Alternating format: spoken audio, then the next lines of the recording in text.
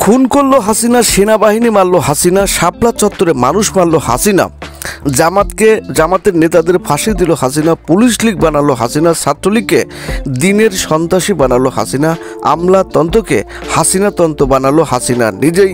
হারুন হাসিনা, সেলিম হাজি হাসিনা, বেনজির হাসিনা, নারায়ণগঞ্জের ওসমান হাসিনা, আরও কত ভয়ঙ্কর হাসিনা বাংলাদেশ দিয়ে ভরে গিয়েছিল। যেখানে যাবেন সেখানেই হাসিনা, হাসিনা, হাসিনা, হাসিনা, শুধুই হাসিনা।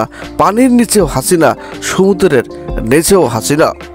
গ্রামে গঞ্জে শহরে বন্দরে হাসিনা, শুধুই হাসিনা। শহরের রাস্তাঘাটে মোড়ে মোড়ে শুধু হাসিনা আর ভয়ঙ্কর হাসিনা। যতদিন তিনি বেঁচে আছেন তিনিই বাংলাদেশ, তিনি সর্বশেষ, তারপরে আর কেউ নেই। মহা দুঃখে, অতি দুঃখে কথাগুলো বললাম ভাই।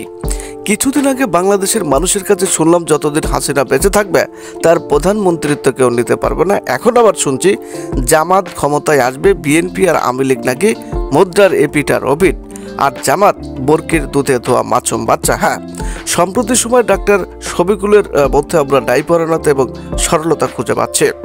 ভিডিওটা ভালো করে মনোযোগ সহকারে দেখুন। এই ভয়ঙ্কর হাসিনাই একসময় আপনাদের কাছে নয়নের মনে ছিল 2008 সালে 10 টাকার আপনাদের না হাসিনার প্রশ্ন থেকে গেল। এখন এই হাসিনার অপকর্মের ফলাফল বিএনপির উপর চাপিয়ে বিএনপিকে আওয়ামী লীগের সাথে তুলনা করা হচ্ছে। এটা কতটুকু যৌক্তিক আলোচনায় আসা যাক। 1996 সালে খালেদা জিয়া তত্ত্বাবধায়ক সরকার না দিয়ে একটা নির্বাচন দিয়েছিলেন, যে নির্বাচনের বিরোধিতা করেছিল আওয়ামী, জামাত, জাতীয় পার্টি, বাংলাদেশের সকল বিরোধী দলগুলো। অবরোধ, হরতাল, অসহযোগ আন্দোলনের মুখে খালেদা জিয়া পদত্যাগ করেছিল।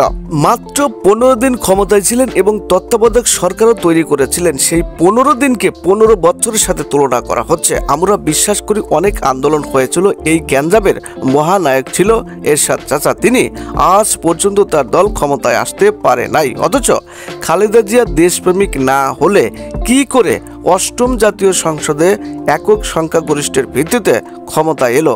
এটাই দেশের মানুষের কাছে প্রশ্ন থাকিল। আওয়ামী লীগ শেখ মুজিবরের পরে 21 বছর পর ক্ষমতা এসেছিল, এখন আর ক্ষমতায় আসতে পারবেন কিনা সন্দেহ রয়েছে। বাংলাদেশের মানুষ পাকিস্তানপন্থী ও ভারতপন্থী যে কোনো দলকেই ভয় পায়, কিন্তু BNP no Pakistan, no India, we are Bangladeshi জাতীয়তাবাদকে বিশ্বাস করে, যার জন্য বিএনপি আজ পর্যন্ত বাংলাদেশের একটি জনপ্রিয় দল। তারেক রহমান দেশে আসলে আবার শহীদ জিয়ার আদর্শ আবার ফুটিয়ে তুলবেন।